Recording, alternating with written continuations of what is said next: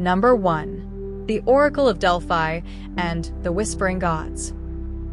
High in the rocky folds of Mount Parnassus stood the most sacred shrine in the ancient Greek world, the Oracle of Delphi. Here, the Pythia, the priestess of Apollo, would breathe in vapors from a fissure in the earth and deliver cryptic prophecies that could change the fate of empires. Kings, generals, and commoners traveled from across the Mediterranean to consult her. But her answers were notoriously ambiguous. When King Croesus of Lydia asked whether he should attack Persia, she replied that if he did, a great empire would fall. Elated, Croesus went to war, only to see his own empire fall. The oracle had spoken the truth, just not the way he expected. Delphi wasn't merely a religious site. It was a symbol of pan-Hellenic unity, a place where city-states put aside rivalry to honor Apollo. Beneath the temple, archaeological evidence suggests a chasm released ethylene gas, a possible explanation for the trance-like state of the Pythia. Number 2. The tyrant who gave Athens democracy, Cleisthenes. Ironically, it was under the shadow of tyranny that democracy first took root. Around 508 BCE, Athens was reeling from political unrest. Cleisthenes, an aristocrat, seized power, but instead of clinging to control, he broke up the old tribal structures and gave power to the people. He created the world's first known democracy, dividing citizens into new voting units that mixed people from different regions. This shattered the old clan loyalties and empowered the ecclesia, or assembly, where every citizen had the right to speak and vote. Cleisthenes also introduced the practice of ostracism, a vote that could exile any citizen deemed too powerful or dangerous for the state. His reforms laid the foundation for Athenian democracy, a radical experiment that would echo through the centuries, inspiring modern republics. Number 3. Pythagoras and the secret cult of numbers. To most, Pythagoras is the man behind the famous triangle theorem. But in ancient Greece, he was much more: a mystic, a philosopher, and the leader of a secretive brotherhood obsessed with mathematics, harmony, and the soul. Born around 570 BCE on the island of Samos, Pythagoras believed that the universe was governed by numbers. His followers lived under strict rules: vegetarianism, silence, and communal living. They discovered that musical harmony could be explained by simple ratios, linking math to music, astronomy, and even ethics. To them, numbers weren't just symbols, they were divine. The number 10, called the tetractys, was sacred. They viewed odd numbers as masculine, even numbers as feminine, and believed that the soul was immortal, passing through cycles of reincarnation until purified. Many of their beliefs would later influence Plato and Neoplatonism, making Pythagoras not just a mathematician but a spiritual ancestor of Western philosophy. Number 4. The real story behind the Trojan horse. The tale of the Trojan horse is one of the most enduring legends in Western culture. A cunning ruse that allowed Greek warriors to sneak into the city of Troy and bring it to ruin. But was it ever real? While Homer's Iliad ends before the horse appears, later sources like Virgil's Aeneid and various Greek plays recount the stratagem. The Greeks, pretending to retreat, left behind a massive wooden horse hiding elite soldiers. The Trojans brought it inside their walls, and that night, the Greeks emerged and opened the gates to their army. Modern scholars debate its historicity. Some suggest the horse may have been a metaphor for a siege engine or an earthquake. Poseidon, god of horses, was also associated with earthquakes.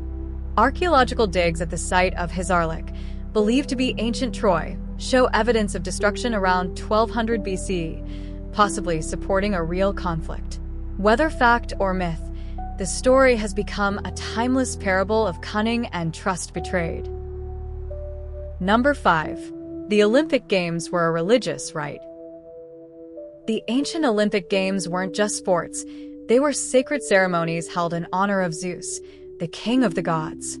First recorded in 776 BCE in Olympia, they took place every 4 years, drawing athletes and spectators from all over Greece. Athletes competed naked to honor the gods and display the ideal male form. Events included foot races, wrestling, discus, javelin, and chariot racing. Victors won olive wreaths, not money. But their fame often translated into lifelong glory and political power back home. Before the games, all Greek city-states were expected to call a sacred truce, ekakyria, to halt warfare so that athletes and pilgrims could travel safely.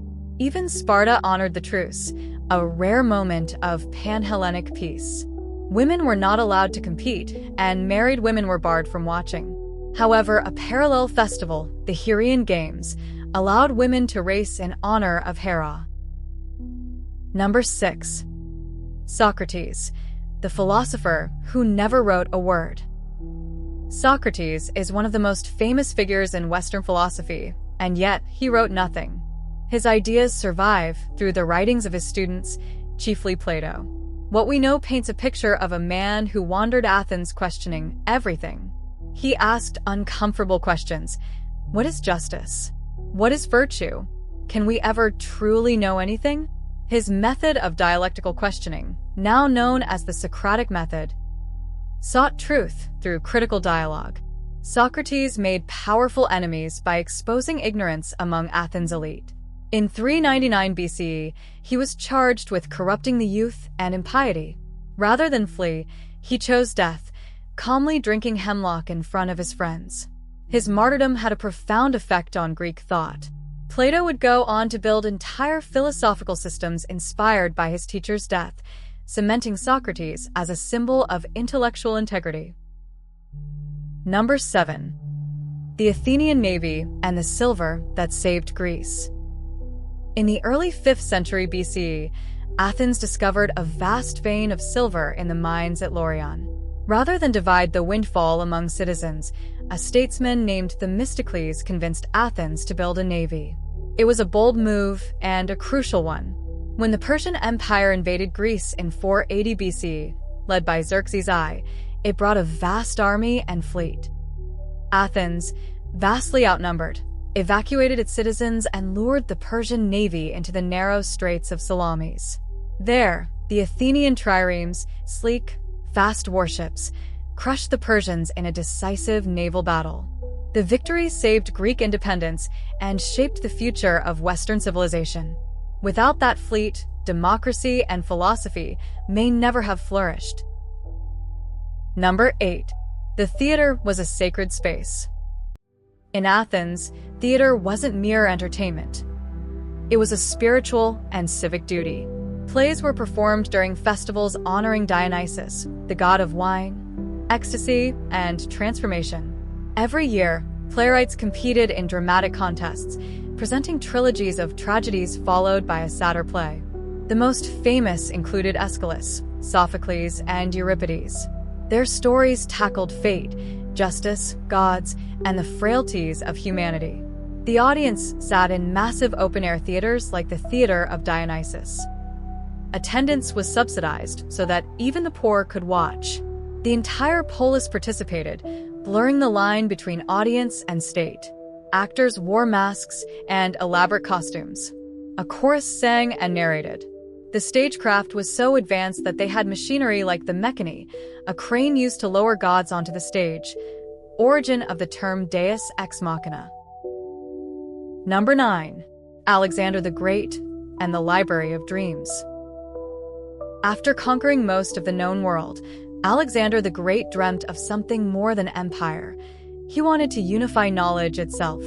In Egypt, he founded Alexandria, and his successors built the Library of Alexandria, an institution that would become a beacon of learning for centuries.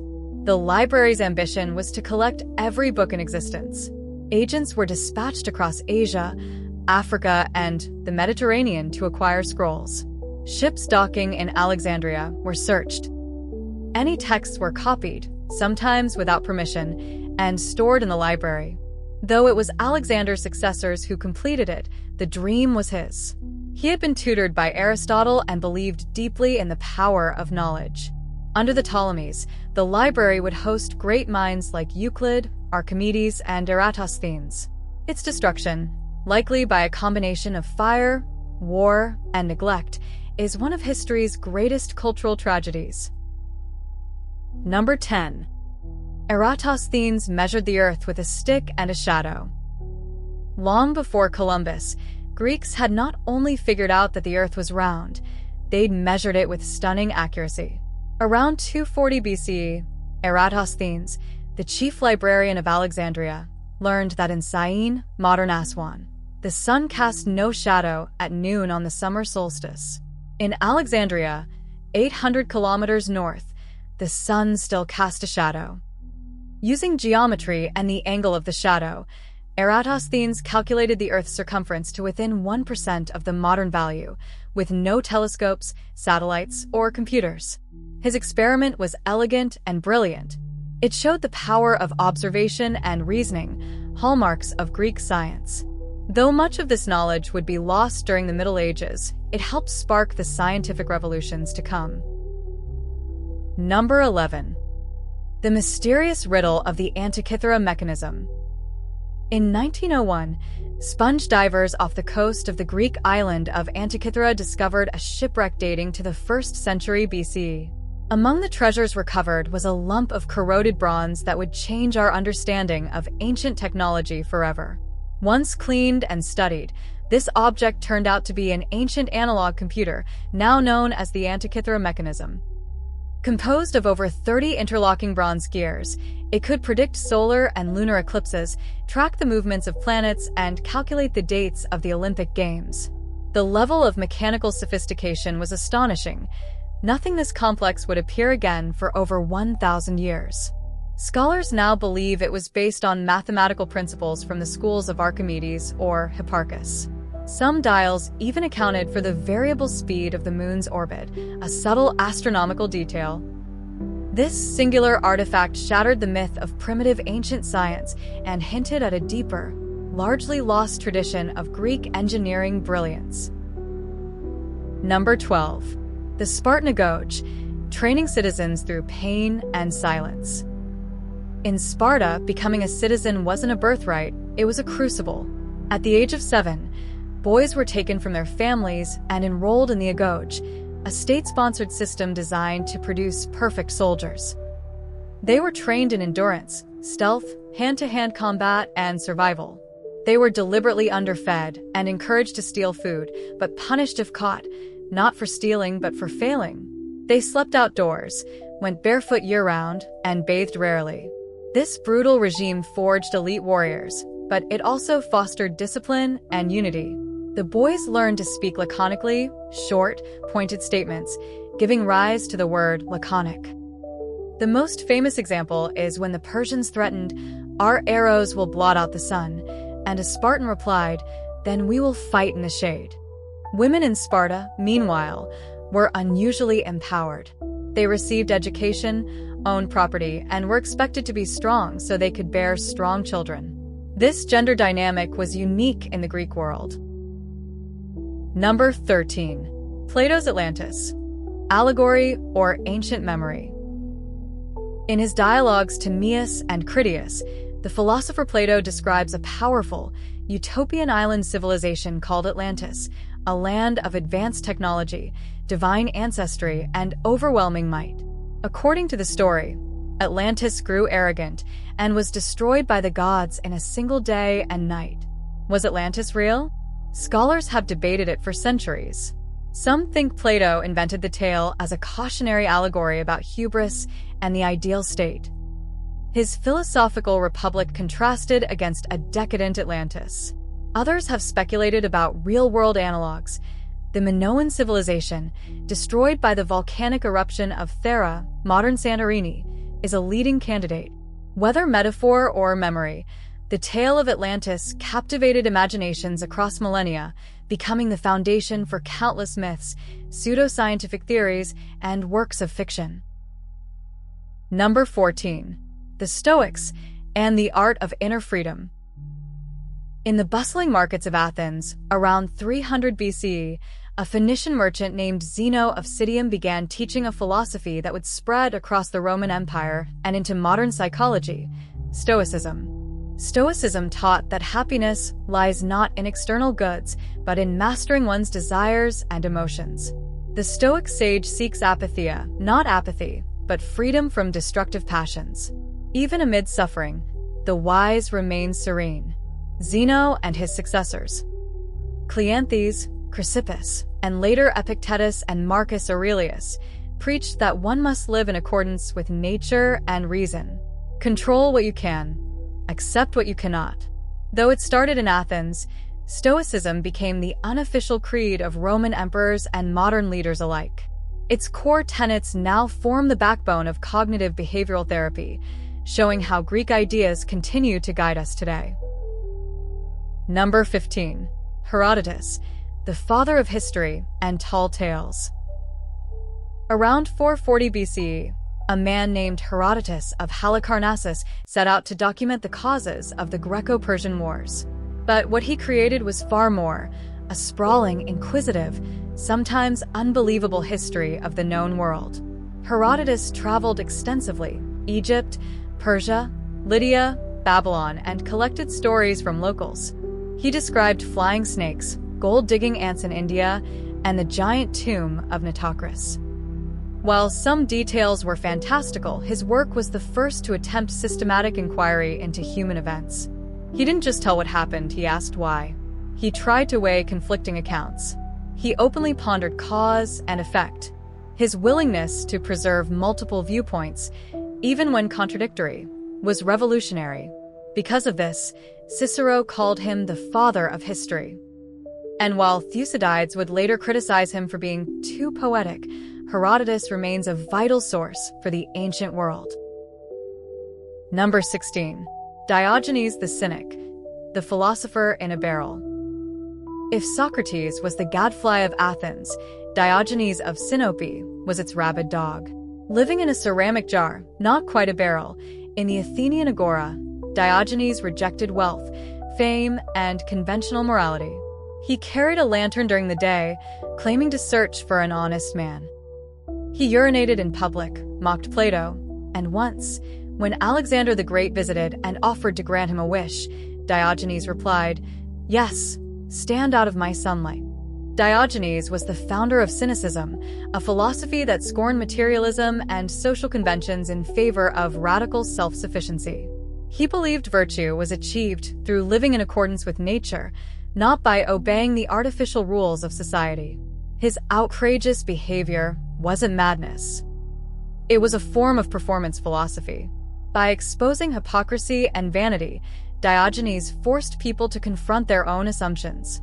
His legacy would inspire later movements, including Roman Stoicism and even modern minimalism. Number 17. The Eleusinian Mysteries, Greece's sacred secret. For over 1,000 years, the Eleusinian Mysteries were the most sacred rites in ancient Greece. Held annually in honor of Demeter and Persephone, they promised initiates a glimpse into the secrets of life, death, and rebirth. Taking place near Athens and Eleusis, the ceremonies were shrouded in secrecy. Those who revealed what happened inside could face death.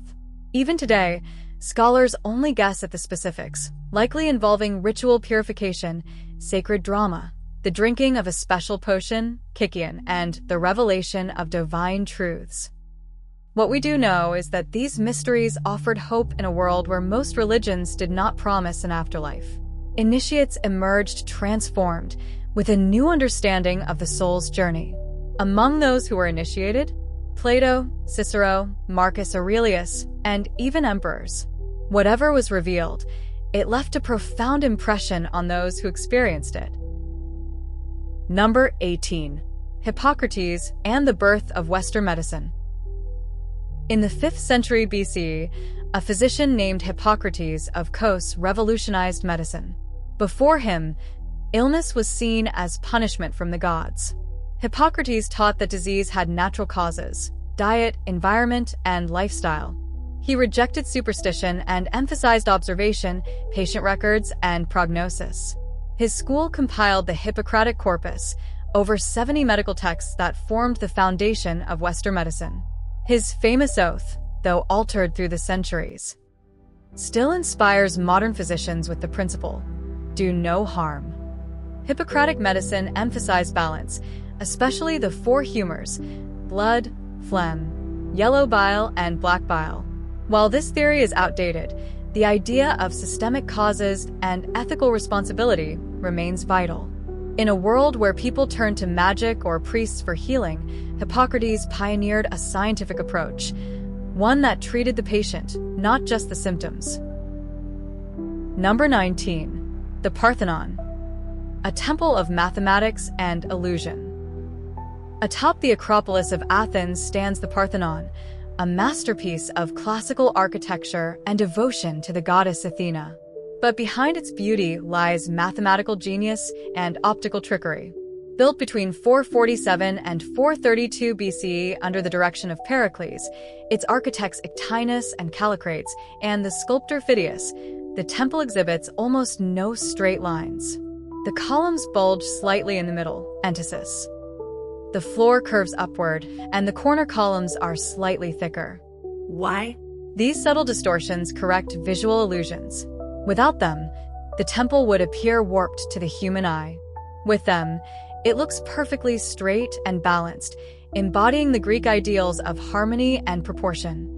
Inside once stood a colossal gold and ivory statue of Athena, flanked by detailed friezes showing the triumph of order over chaos. More than a building, the Parthenon was a symbol of Athenian power, beauty, and intellectual triumph. Number 20. Archimedes, the genius who defended a city with mirrors and claws.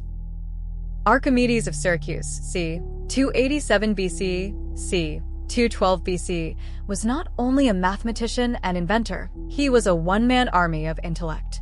During the Roman siege of Syracuse, he designed war machines that terrified the invaders. Among them were giant cranes that lifted enemy ships out of the water and capsized them, referred to as Archimedes' claw. According to legend, he also created mirrors or polished bronze shields that focus sunlight to ignite Roman ships, though this is debated. His genius extended beyond warfare. He discovered the principle of buoyancy while taking a bath, leaping out shouting, "Eureka!" He calculated pi with astonishing accuracy, invented compound pulleys, and laid the groundwork for calculus.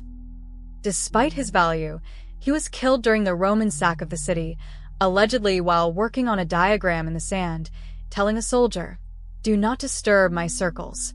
His death marked not just the loss of a man, but the end of an era of Greek scientific ingenuity. Number 21. Thales of Miletus, the philosopher who predicted a solar eclipse.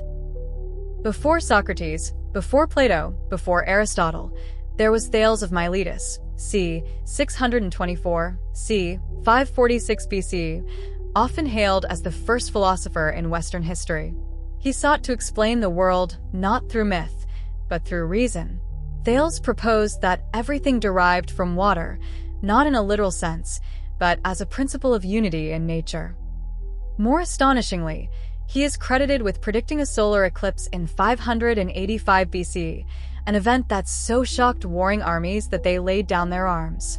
He also brought mathematical knowledge from Egypt and Babylon to Greece, and was the first to prove a geometric theorem by deductive reasoning.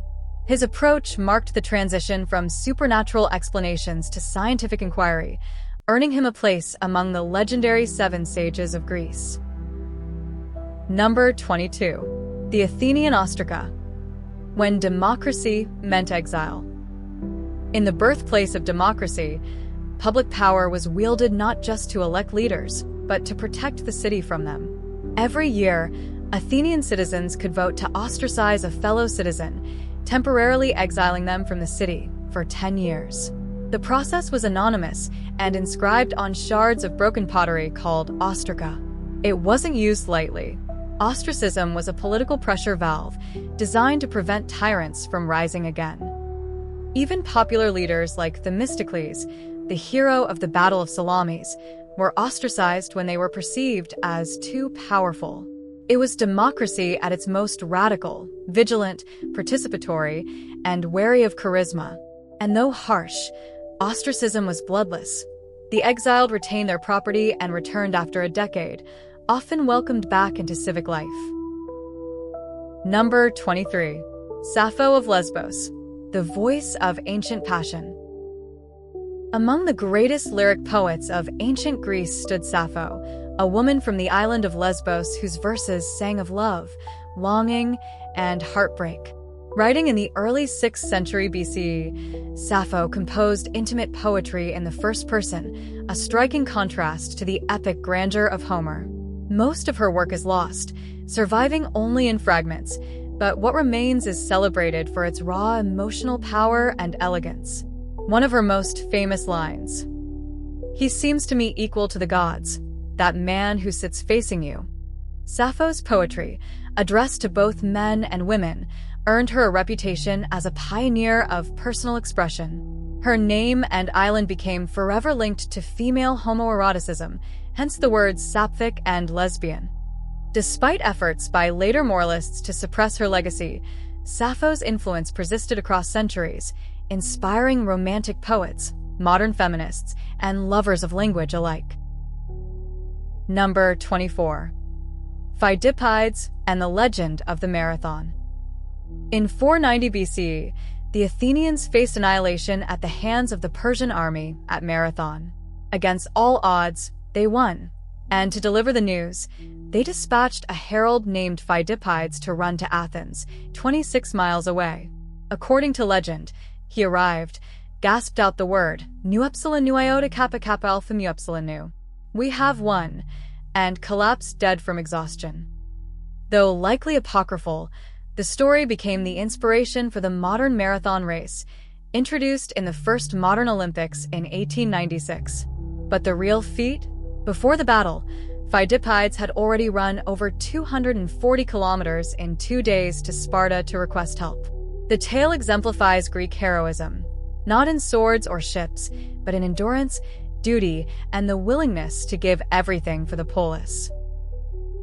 Number 25. The Sacred Band of Thebes, warriors bound by love. In the 4th century BC, Thebes fielded one of the most formidable military units in ancient Greece, the Sacred Band, an elite corps of 150 male couples, each pair lovers as well as comrades in arms. The idea was revolutionary. It wasn't just trust. They believed that lovers would fight more fiercely to protect one another.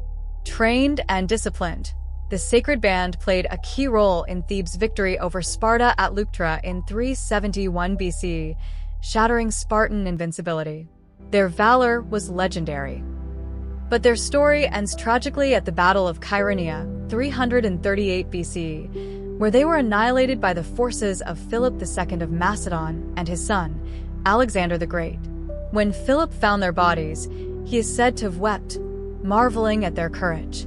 A monument called the Lion of Chaeronea still marks their final stand, a testament to love and heroism entwined. Number 26. Greek fire, the mysterious weapon of the ancients. While technically developed later by the Byzantines, Greek fire was rooted in the knowledge of ancient Hellenistic chemistry. It was a fearsome incendiary weapon, a flammable liquid that could burn on water, launched from siphons or pots during naval battles. Its exact formula remains one of the most closely guarded secrets in history, now lost. Some speculate it involved petroleum, quicklime, sulfur, or naphtha. What's certain is its terrifying effect. It adhered to ships and soldiers, igniting them with near unquenchable flame. Though post-classical, Greek fire is a spiritual descendant of Hellenistic experimental chemistry and engineering. It reflected a continuity of ancient Greek innovation into the medieval world, and its psychological impact was immense, a weapon of fear as much as fire. Number 27. Aristotle, the man who knew almost everything. If Plato laid the foundations of philosophy, Aristotle built the mansion. A student of Plato and tutor to Alexander the Great, Aristotle, 384 to 322 BCE, contributed to nearly every field of human knowledge: logic, biology, physics, metaphysics, politics, ethics, rhetoric, and more. He was the first to formalize deductive logic, inventing the syllogism. In biology, he dissected sea creatures and classified organisms with striking accuracy. He examined political systems and concluded that a constitutional government was best. In ethics, he emphasized the golden mean, the balance between extremes. Unlike Plato, who looked to ideal forms, Aristotle grounded his philosophy in observation. His influence dominated Western thought for nearly 2,000 years, especially in the Islamic Golden Age and medieval scholasticism. Even today, his ideas continue to shape science, politics, and education. He was quite simply the most influential thinker in history. Number 28. The Delphic Maxims, Moral Code of a Civilization. Inscribed at the Temple of Apollo at Delphi were 3 maxims, simple, profound, and deeply woven into the Greek worldview. 1. Know thyself. 2. Nothing in excess. 3. Surety brings ruin. These phrases weren't just decoration, they were philosophical signposts, urging self-awareness, moderation, and humility. Greeks believed that hubris, excessive pride or certainty, invited nemesis, the wrath of the gods. These aphorisms were echoed in the plays of Sophocles, the teachings of Socrates, and the conduct of the polis. Know thyself especially resonated with philosophers who saw self-knowledge as the root of wisdom.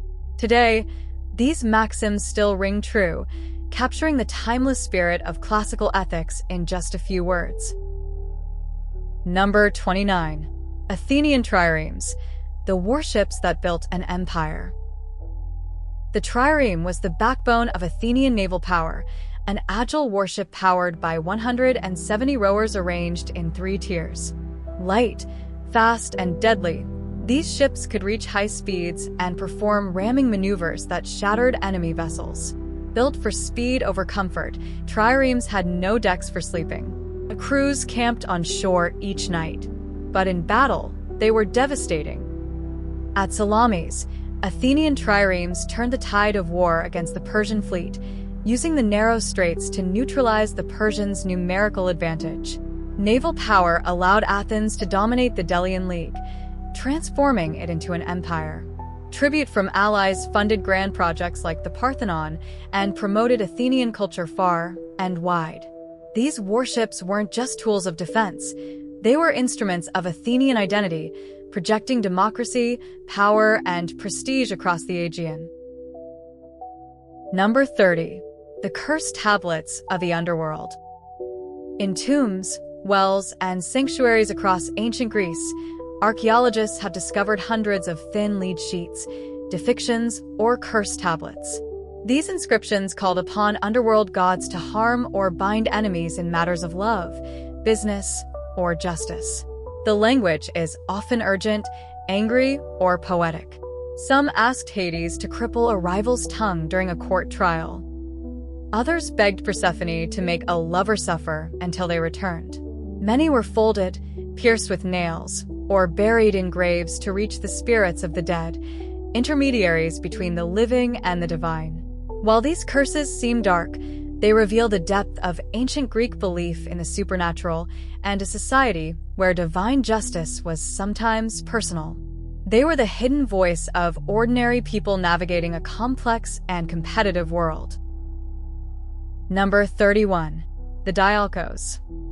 Greece's overland ship highway. Long before the Panama Canal, ancient Greece had its own ingenious way to move ships between seas. Near the Isthmus of Corinth, engineers built the Dialkos, a stone-paved roadway where ships could be hauled overland between the Aegean and Ionian seas.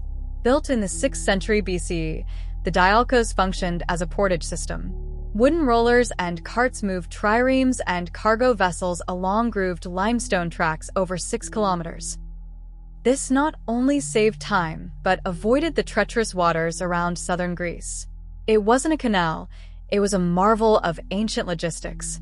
And it worked for over 600 years, used by merchants, navies, and even military commanders like Demetrius the Besieger.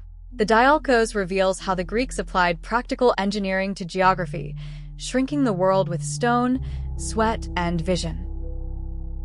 Number 32. The Gorgonian. Terror as protection. The Greeks believed that some images were so fearsome, They could ward off evil, and none more so than the face of the Gorgon. The Gorgonian, a depiction of Medusa's monstrous, snake-haired visage, was plastered everywhere, on shields, temples, armor, coins, and even children's clothing. Far from a symbol of villainy, the Gorgon's face became a protective amulet to scare away demons, disease, and misfortune. Even the great Athena wore a Gorgonian on her breastplate, the Aegis, to terrify her enemies. Ironically, the creature born from horror became an emblem of safety. This blending of beauty and terror is classic to Greek aesthetics, finding balance in contradiction and strength in the power of myth. Number 33. The Cynosarges Gymnasium, a school for outsiders. Athens had three main gymnasia: the Academy, the Lyceum, and Cynosarges. But this last one had a unique twist. It was designated for non-citizens and illegitimate children, those with only one Athenian parent. Far from marginal, Cynosarges became a hub for unorthodox ideas. Antisthenes, a pupil of Socrates, founded the Cynic school there, preaching radical simplicity and defiance of convention. His student, Diogenes, took these ideas to extremes, renouncing all possessions and mocking power. The Cynosarges shows that even on the fringe, Greek society allowed spaces for alternative thought, and sometimes the most revolutionary ideas came from the margins. Number 34. The Hoplite Phalanx, Unity in Formation. The hoplite was the backbone of the Greek city-state army, a heavily armored infantryman wielding a spear, shield, and bronze cuirass. But it wasn't the individual hoplite that made Greece powerful, it was their formation, the phalanx. In the phalanx, soldiers stood shoulder to shoulder in tight ranks, each man's shield protecting his left and the right arm of his neighbor. Success depended on discipline, trust, and cohesion. One break in the line could collapse the whole front. The phalanx wasn't just a military tactic, it was a metaphor for the polis itself. Strength through unity, cooperation, and shared responsibility. And when well-trained phalanxes clashed, as at Plataea, Delium, or Leuctra, they didn't just determine battles. They decided the fate of civilizations. Number 35. Anaximander's Infinite Cosmos. In the 6th century BCE, Anaximander, a pre-Socratic philosopher from Miletus, proposed one of the earliest theories of the cosmos. He suggested that the Earth floated freely in space, unsupported by water or pillars, a radical idea for its time. He introduced the concept of the apeiron, the boundless, the infinite, as the origin of all things. To Anaximander, the universe was governed by natural laws, not the whims of gods. He even theorized that humans evolved from simpler life forms, an early version of evolutionary thinking. His cosmic model placed celestial bodies on concentric wheels, revolving around the Earth, a visionary, if flawed, attempt to systematize the heavens. Though his writings are lost, his impact was profound. Anaximander marked the shift from mythological to rational cosmology, laying the groundwork for astronomy and metaphysics. Number 36. The drunken god of theater, Dionysus, and the festival of drama. Every spring in Athens, citizens gathered to honor Dionysus, the god of wine, madness, and ecstasy, by watching tragedies. The city Dionysia was one of the year's biggest festivals. Over several days, playwrights competed with trilogies of tragedies and satyr plays, exploring themes of fate, power, love, and divine justice. The festival began with a grand procession, including sacrifices, hymns, and even a phallus parade. Dionysus was a god of fertility, after all. Dramatic performance was considered sacred, a spiritual and civic act. Everyone, rich and poor, was expected to attend. The state even paid for poor citizens' admission through the Theoricon, an early form of cultural subsidy. Dionysus represented not just wine, but transcendence, the breakdown of boundaries. Through drama, the Greeks confronted their deepest fears and desires, weeping, laughing, and purging themselves together in catharsis.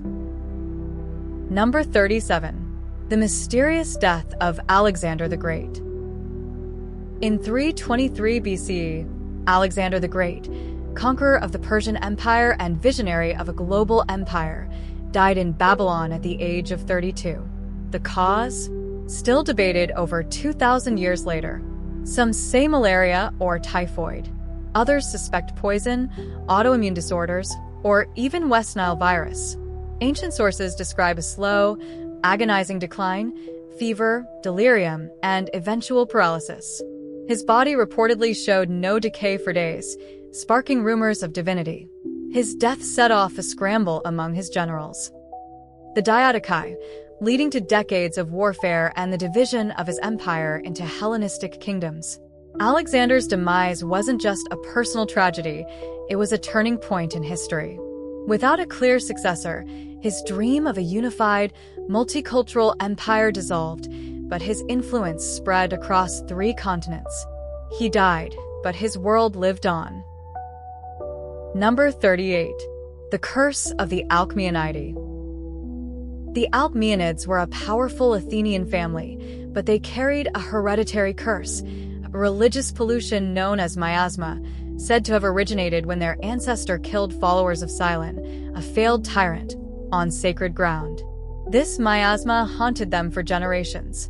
Even Pericles, Athens' greatest statesman, was a descendant, and his political enemies used the curse to smear his reputation.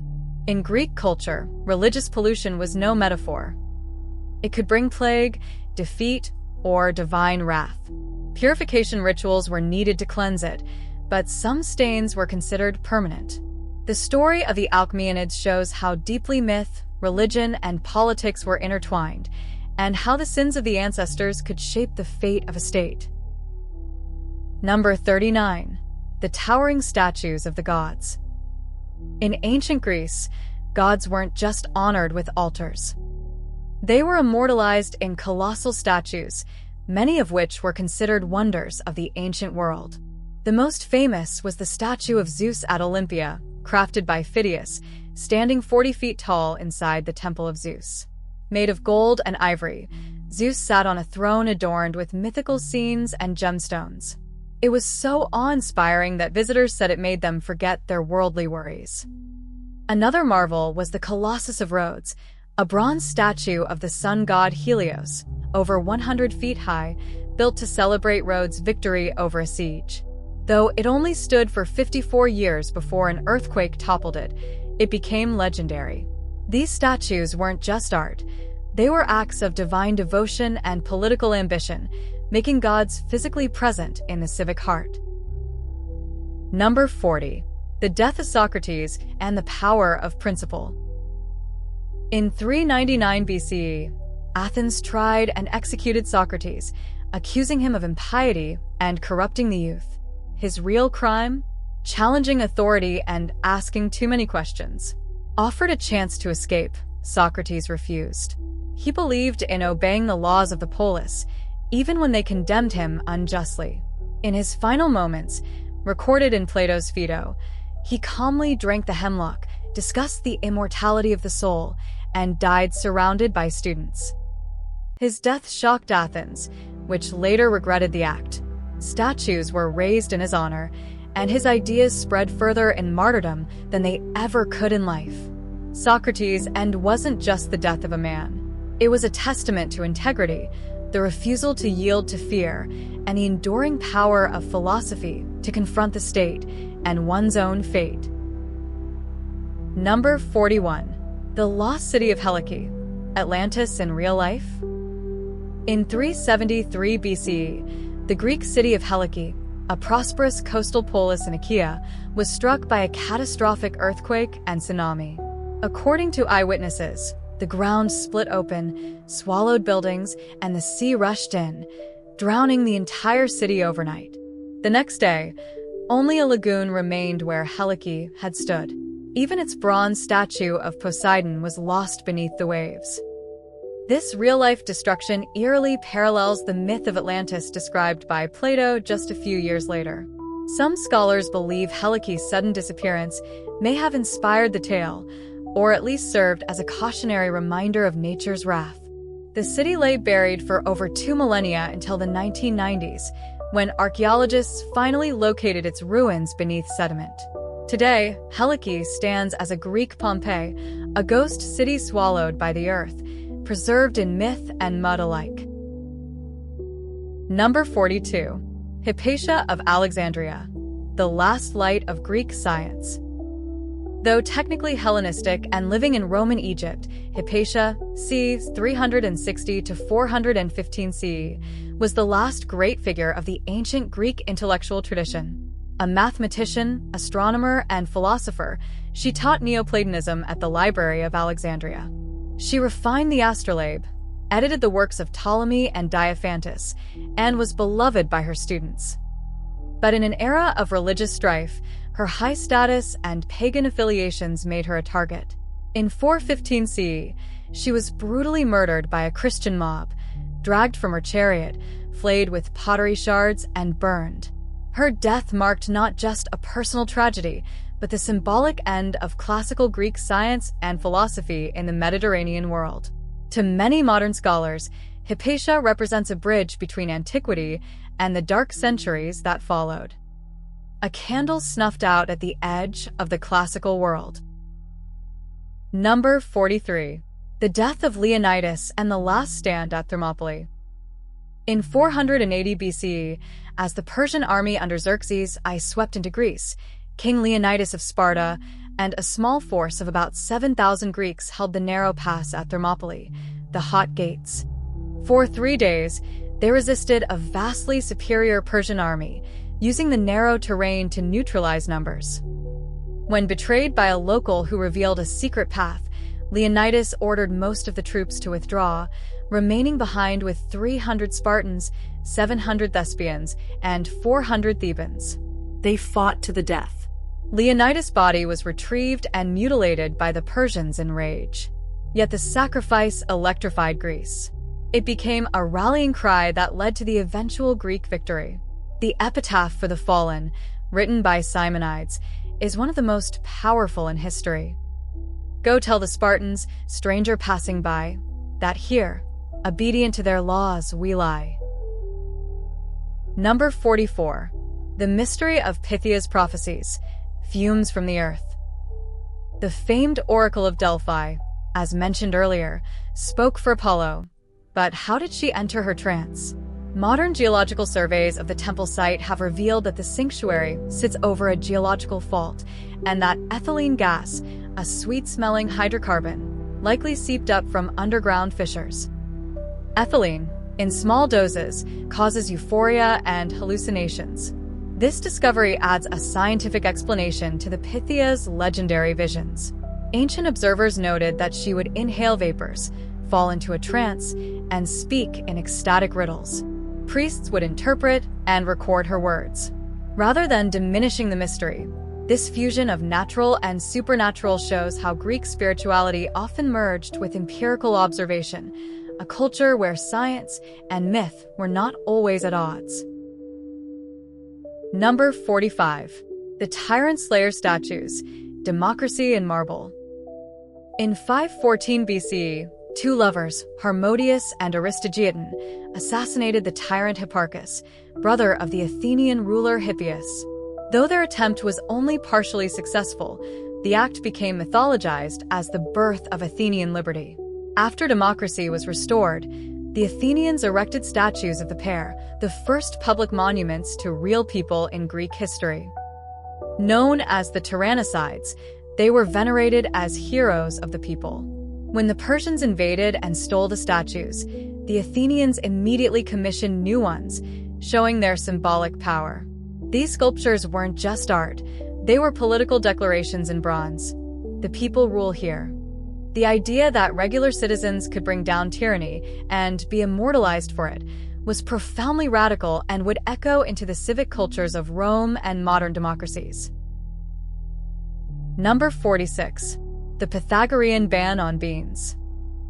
Among the stranger rules of Pythagoras' secretive brotherhood was the prohibition on eating beans. Why? Theories abound. Some suggest beans caused gas and were thus impure. Others propose that fava beans were believed to contain souls of the dead due to their similarity to testicles and their tendency to cause hallucinations in people with favism, a real genetic disorder. One legend even claims Pythagoras was killed because of this taboo. When fleeing enemies, he allegedly refused to cross a bean field and was cut down rather than break the rule. Whatever the reason, it reveals how ritual purity, symbolism, and metaphysics played a major role in early Greek philosophy. To the Pythagoreans, math was sacred, and even beans had cosmic consequences. Number 47. The Lighthouse of Pharos, beacon of the Hellenistic world. Built around 280 BCE off the coast of Alexandria, the Lighthouse of Pharos was one of the 7 wonders of the ancient world. Designed by Socrates of Cnidus, it stood over 350 feet tall, the tallest man-made structure of its time after the pyramids. Using polished bronze mirrors, it could project sunlight during the day and firelight at night, guiding ships safely into the harbor. Some accounts claim its beam could be seen for up to 50 kilometers. The lighthouse symbolized the Hellenistic fusion of engineering, science, and empire. Alexandria itself was a monument to knowledge, and Pharos served both as a marvel and a metaphor, the light of Greek civilization shining outward into the world. Though destroyed by earthquakes over centuries, its legacy lives on in the word Pharos, still used today for lighthouses in many languages. Number 48. The myth of Prometheus, fire, suffering, and rebellion.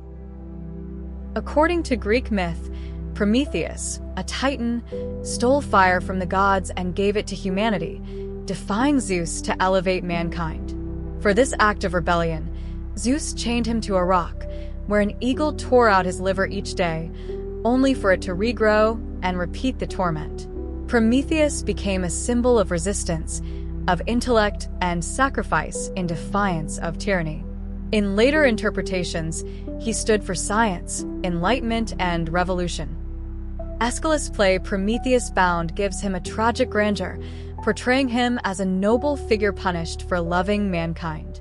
His name literally means forethought, and he represents the price of progress, a theme that would resonate through Goethe, Shelley, Marx, and beyond.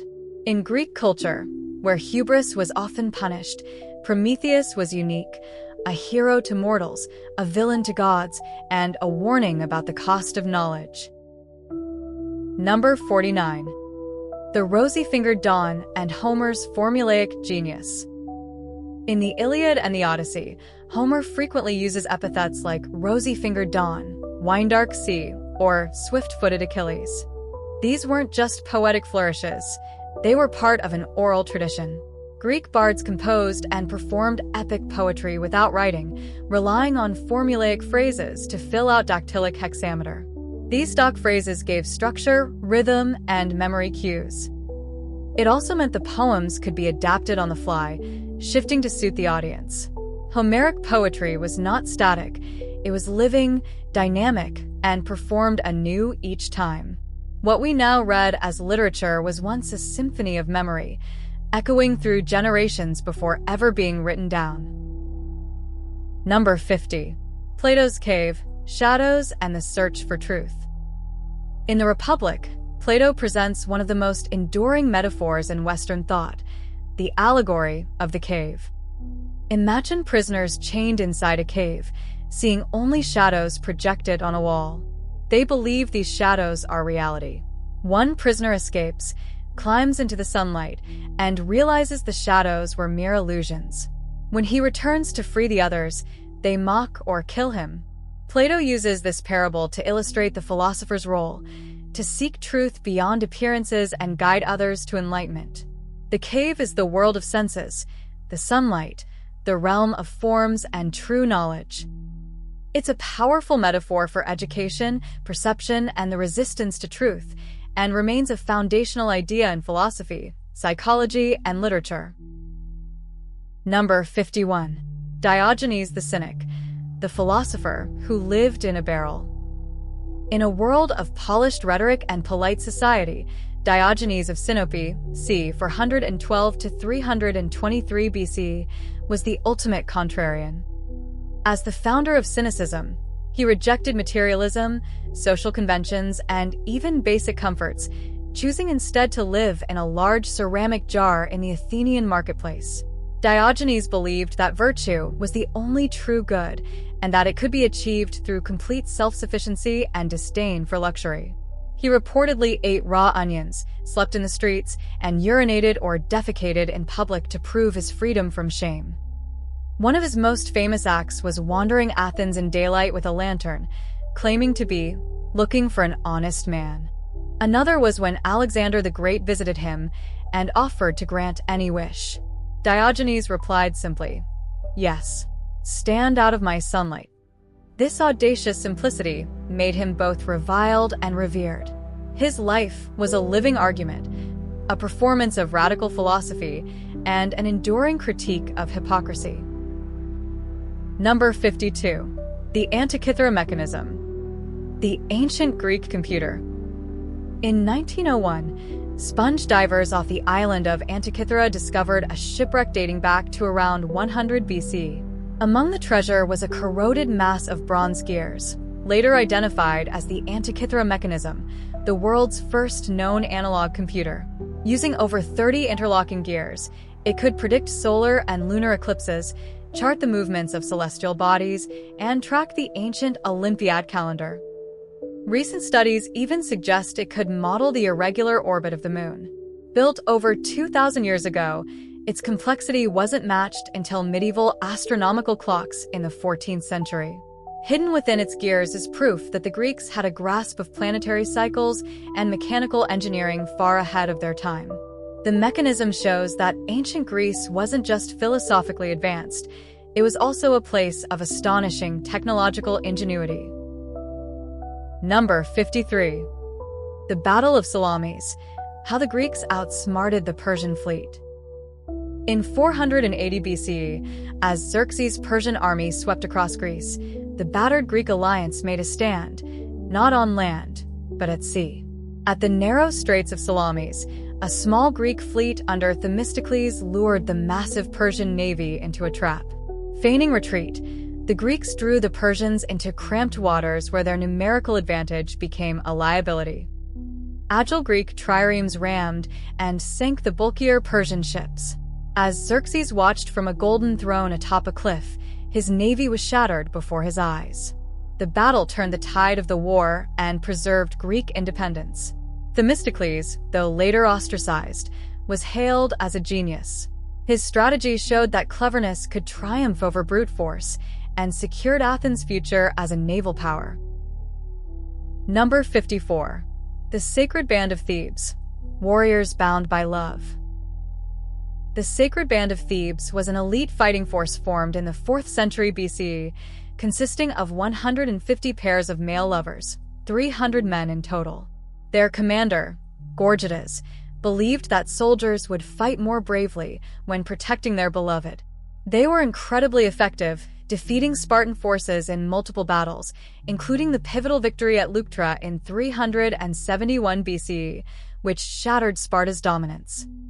The band met its end in 338 BCE at the Battle of Chaeronea, when Alexander the Great and his father Philip II defeated Thebes. They were buried together where they fell. To the Greeks, their courage proved that love, not just duty, could form the strongest bond in battle. Their legacy stands as one of the earliest known examples of military valor rooted in LGBTQ+ identity. Number 55. The Bronze Bull of Phalaris, an instrument of horror. In the 6th century BCE, the tyrant Phalaris of Acragas, Sicily, commissioned a chilling invention, the bronze bull, a hollow metal sculpture in the shape of a bull, used for execution. Victims were locked inside, and a fire was lit beneath the belly, roasting them alive.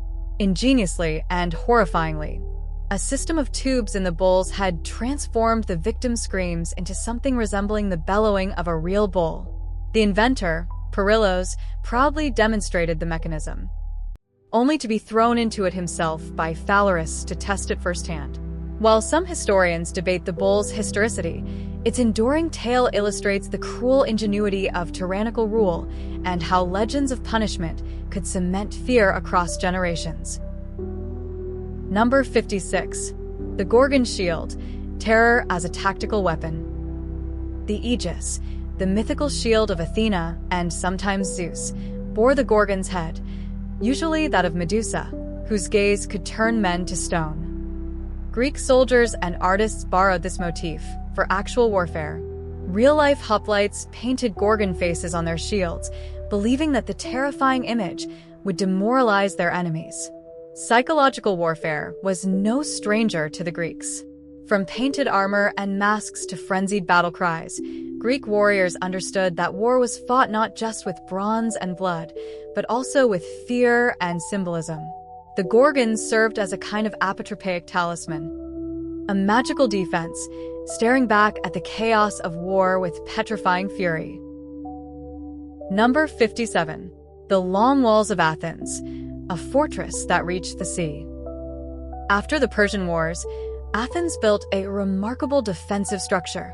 The Long Walls, stretching over 6 kilometers from the city center to its ports at Piraeus and Phaleron. These walls ensured that even during sieges, Athens remained connected to the sea and could import grain and supplies via its navy. It allowed the city to endure long periods of isolation, turning Athens into a maritime fortress. Pericles' strategy during the Peloponnesian War relied heavily on this infrastructure. Though it eventually backfired during the plague of 430 BCE, the Long Walls were a marvel of military engineering and strategic foresight. They represented a shift in Greek warfare from land-based hoplite clashes to more complex siege and supply logistics. Number 58. The Trial of Socrates. Philosophy meets the state. In 399 BCE, Athens puts most famous philosopher, Socrates, on trial for impiety and corrupting the youth. He was found guilty by a narrow vote and sentenced to death. Rather than flee when given the chance, Socrates drank hemlock and calmly awaited death, choosing to abide by the laws of the city he had spent his life critiquing. His student, Plato, recorded the trial in Apology, which became one of the most influential texts in Western philosophy. Socrates' martyrdom established him as a symbol of intellectual integrity, questioning authority until the end. His death also marked a deep tension in democracy, the peril of majority rule silencing dissent, and raised enduring questions about justice, speech, and the role of the philosopher in society. Number 59. The Sibyl's Prophecies and the Books of Doom. Though more Roman in fame, the Cumaean Sibyl had Greek origins, part of a pan-Hellenic network of female seers who claimed to speak for Apollo. One legend tells of her offer to sell 9 prophetic books to the last king of Rome, Tarquin. When he refused due to the price, she burned 3. She offered the remaining 6 for the same price. He refused again. She burned 3 more. Finally, she offered the last 3 at the original price, and Tarquin, now frightened, bought them. These became the Sibylline books, consulted for centuries during crises. The tale dramatizes a classic Greek theme. Wisdom is costly, and refusing it brings destruction. The Sibyl embodied ancient attitudes toward fate, foretold, inevitable, and tragic if ignored. Number 60. Greek fire before the Byzantines? While the weapon known as Greek fire is typically attributed to the Byzantine Empire, 7th century CE, there's evidence that early incendiary devices may have existed in classical Greece. Texts by Thucydides and Aeneas the Tactician describe flaming projectiles, boiling oil, and noxious fumes used in sieges. Pitch, sulfur, and resin, natural substances available to Greek engineers, could have produced primitive chemical weapons. These precursors reveal how the boundaries between science, war, and invention were often blurred. Though the Byzantines perfected the formula, the ancient Greeks laid the foundations for the terrifying art of pyrotechnic warfare.